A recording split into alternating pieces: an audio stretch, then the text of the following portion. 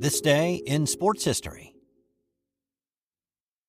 It's July 25th, and on this day in 1908, it was one of the weirdest endings to an Olympic race. And of course, there was controversy. So this actually started back on the 23rd of July, but the controversial end was on this day 116 years ago. The Olympics were being held in London, and one thing to keep in mind is at this time, relations between the U.S. and Great Britain were not like they are today. Without getting too heavily into the politics, this was during the era known as the Great Rapprochement. America was flexing its muscles, taking a larger role on the world stage. The Brits weren't so keen on that, and so things were a little frosty between the two nations. Here at the Olympics, that manifested itself in a couple of ways. First, the Brits intentionally did not display the American flag or anything recognizing the U.S.'s existence anywhere during the opening ceremonies. When the American flag bearer passed by the King's grandstand, he intentionally did not lower his flag in deference to the King. The 1908 Olympics would become known as the Battle of Shepherd's Bush, which is where the Olympic Stadium was located. So understand that first. Now, second, rules differed a little bit between the U.S. and Great Britain on how certain events were run, and that will come up in a few moments. So this is the 400-meter final, again on the 23rd.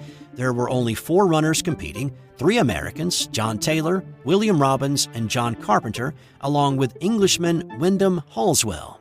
Halswell was considered the favorite after setting the world record in the event during the semifinals. But 3 Americans against 1 Brit, there was concern among the London newspapers that the dirty Americans would conspire against Halswell. When the gun sounded, Taylor got off to a horrible start and fell behind, leaving it to be a 3-man race. Coming into the finishing stretch, Robbins had the lead. Carpenter, in second, made a move to pass his teammate, as did Halswell. Carpenter passed Robbins, but the corner flag man raised his flag, signaling that a foul had been committed. Now, men at the finish line broke the tape, and they voided the race finish. Carpenter did cross the line first. Robbins was second, followed by Halswell, and then in a distant fourth, it was Taylor. The British rules officials said that the American Carpenter had impeded the Brit Halswell by running diagonally across his path when he tried to make the pass. It was a legal move in U.S. track circles, but by British standards, it was illegal. Carpenter argued that Halswell had plenty of room, he just wasn't fast enough. The race results were voided, and Carpenter was disqualified. And then the race was scheduled to be run again on this day in 1908 with Taylor, Robbins, and Halswell. But the Americans refused to acknowledge the ruling, and they refused to line up to start the race again on this day. And instead, and the only time it's ever happened at the Olympics, Halswell ran uncontested for the gold medal and what's referred to as a walkover. This episode is brought to you by Firefly Books, and with you being a sports fan just like me, here's 2 suggestions for your next great sports read. If you love basketball, then you need to add Dave Zarum's book, NBA 75, The Definitive History. Uncover untold stories of triumph, controversy, and the greatest stars of the game. From the league's humble beginnings to its modern glory, it is a courtside seat to 75 years of NBA history. And if you're a golf fanatic, then you gotta check out Matt Adams' book, The Golf Round I'll Never Forget. I've used it as a reference in this podcast over the past year for lots of stories that I've done, and I can tell you from experiencing it, this is a great book. Relive 50 of golf's most memorable moments through the eyes of the legends themselves. It's the closest you'll ever get to walking the fairways with the greatest to ever play the game. Grab your copy of NBA 75 or The Golf Round I'll Never Forget, available from Firefly, wherever you get your books. Sticking with the Olympics in 1908, a little later in the day, after the one-man 400-meter parade, the American John Taylor, and just a quick refresher, that's the guy who finished a distant 4th on the 23rd. Well, on this day, Taylor competed in a track medley. Similar to what you see in swimming, where specialists swim different strokes, this event was on the track and featured men running different distances. It doesn't exist today in track and field, but it was back in 1908. So Taylor, as he did 2 days earlier, ran the 400-meter portion of the medley, along with William Hamilton, Nate Cartmel, and Mel Shepherd. The Americans won the track medley relay. Now, why is this significant? Well, John Taylor was a black American and became the first black athlete to win a gold medal for the U.S. at the Olympics. The relay team became the first integrated team to win a medal at the Olympics. Sadly, Taylor died of typhoid just 5 months after his return from London. And in 1952, at the Olympic men's 3,000-meter steeplechase event in Helsinki, Finland, it was American runner and FBI agent Horace Aschenfelter pulling off a surprise win. So, one thing to know politically, this is in the early years of the Cold War between the East and the West. This was the first Olympics that the Soviet Union had actually sent athletes to since 1912. They'd been invited to participate in the 1948 Olympics in London, but only sent coaches to observe other athletes. At the 1952 Olympics, the Soviets demanded that their athletes, along with other so-called Iron Curtain nations, to be segregated from the other Western nations. They obviously didn't want an exchange of ideas or the possibility of any of their athletes defecting. So, on to what happened on this day in the 3,000-meter steeplechase final. The favorite was the Russian Vladimir Kazantsev. Kazantsev had beaten the world's best 5,000-meter runner Emil Zatopek in the lead-up to the Olympics. Kazantsev had actually set a new Olympic record in his qualifying heat race for the 3,000-meter steeplechase, and he held the world record in the event.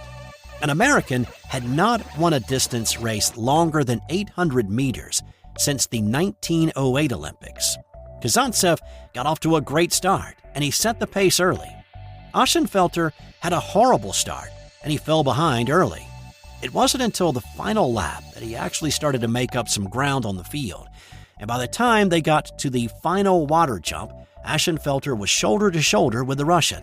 Now, one technique Aschenfelter used that he borrowed from the Finnish runners was stepping on top of the water jump hurdle and then leaping off of it, and that's the technique that you see used today by steeplechase runners. Others would hurdle it like any other hurdle, and when Kazantsev faltered in the water pit with his conventional hurdle, Aschenfelter took off and he sprinted to the gold medal. Because of his dramatic come-from-behind win, seemingly lurking in the shadows only to surprise his prey with his surge, many said that since he was an FBI man, he was the first American spy to be chased by a Russian. This episode is brought to you by Sterling Roastery. For several months you've heard me talking about the great products and scents offered by the Sterling Soap Company. And while there may not seem to be any correlation between soap and coffee, what is similar is the same care and attention to detail in delivering great products to their customers. Sterling Roastery will ship great-tasting beans or ground coffee, for whatever coffee-making process you prefer, right to your door. I gave their breakfast blend a try recently, and I can tell you, it was a great way to get my day kick-started with this smooth, medium blend. And just like their soaps, they have a variety to choose from. Give Sterling Roastery a try at sterlingsoap.com. On this day in 1999, Lance Armstrong rode into Paris as the champion of the Tour de France, becoming only the second American athlete to win the grueling 21-stage race. Close to 500,000 cycling fans lined the Champs-Élysées in what was considered a ceremonial ride to the line. Nobody attacked the GC leader, though there would be a race to the line for the sprinters. When Armstrong finished several minutes behind stage winner Robbie McEwen, he was on top of the GC standings 7 minutes and 37 seconds ahead of Switzerland's Alex Zülle. Armstrong's win was made even more incredible due to his recovery from cancer less than 3 years prior. He had ridden in the road race in the 1996 Atlanta Olympics, but he did not feel right in that race. and it would be a few more months until he found out that he had testicular cancer that had spread to his brain and lungs. His chance of survival was about 30%, but he did beat it with chemo treatments, and then he worked his way back to fitness. The big transformation he made was going from a road racer like in the Spring Classics or the Olympics, and he turned himself into a grand tour rider with emphasis on time trialing and climbing big mountains in a hurry. And yes, there was the blood doping. The 7 tours that he eventually won have all been vacated. Now, say what you will about Armstrong, and I will admit I was a Lance fanboy at the start of the 21st century, and when he finally admitted his cheating, it was tough to deal with. But despite what he did, you can't take these 3 things away from him. He had an enormous impact on cancer research through cancer funding raised through his Livestrong Foundation. He had a huge impact on bike sales in the U.S. for more than a decade. And he had a huge effect on the fitness boom that has taken place over the last 25 years. And I'm certainly one of those who have benefited from that. And despite the fact that the win he achieved on this day 25 years ago is no longer etched in the record books, the impact of what he did can still be felt. On this day in 1956, Roberto Clemente did something that no major leaguer did before or since. Clemente's Pittsburgh Pirates were playing at home against the Chicago Cubs. The Cubs led 8-5, heading into the bottom of the 9th inning. Hank Foyles drew a walk, Bill Verdon singled, and Dick Cole walked to load the bases for Clemente. Clemente was known to swing at just about anything. He was kind of known for being a good bad ball hitter. Chicago's Jim Brosnan was brought on in relief, and his first pitch would have been a ball, but Clemente swung at it, and he hit it well. It sailed over the head of Jeff King in left field, and it rolled to the wall, and then it caromed toward center field. Foyles, Verdon, and Cole all scored easily, but Clemente ran through the stop sign at third base, and he chugged for home. The relay was a little off the mark, and Clemente slid into home, but he missed the plate. When he leaned back to touch home, he was safe and became the only player to end a game with an inside-the-park grand slam home run. The term we use today is walk-off homer, but that term had not come into baseball's lexicon just yet.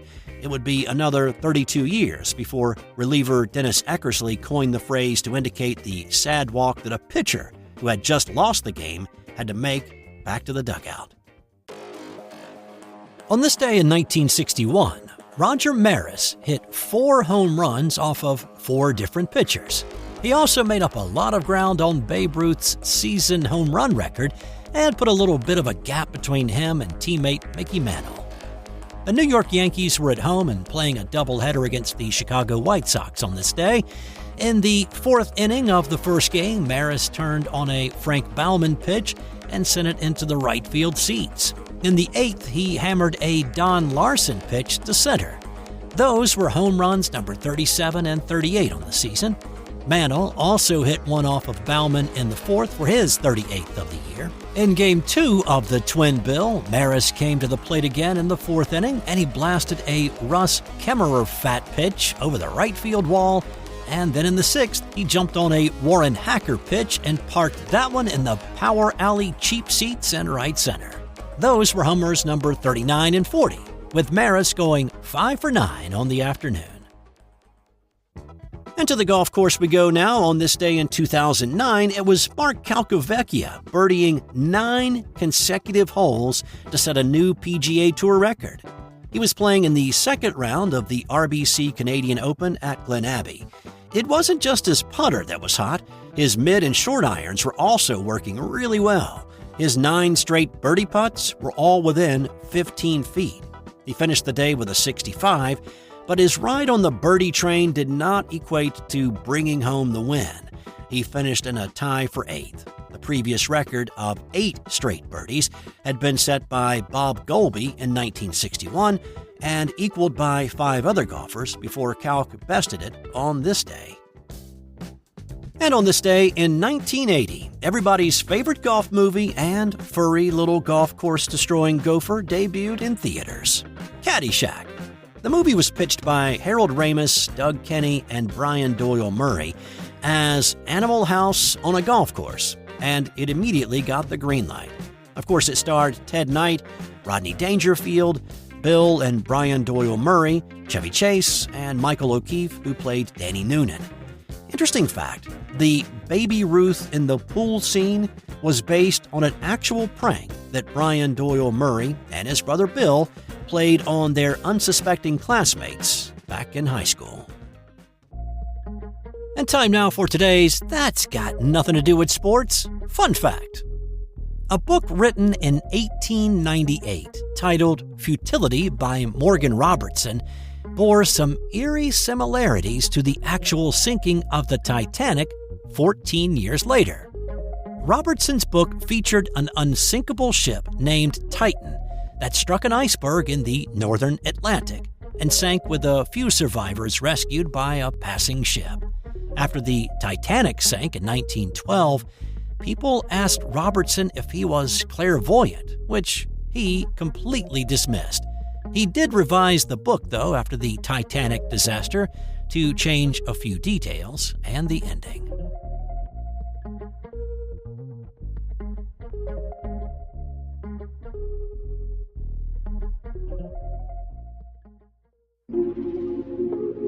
This has been an original Thrive Suite production.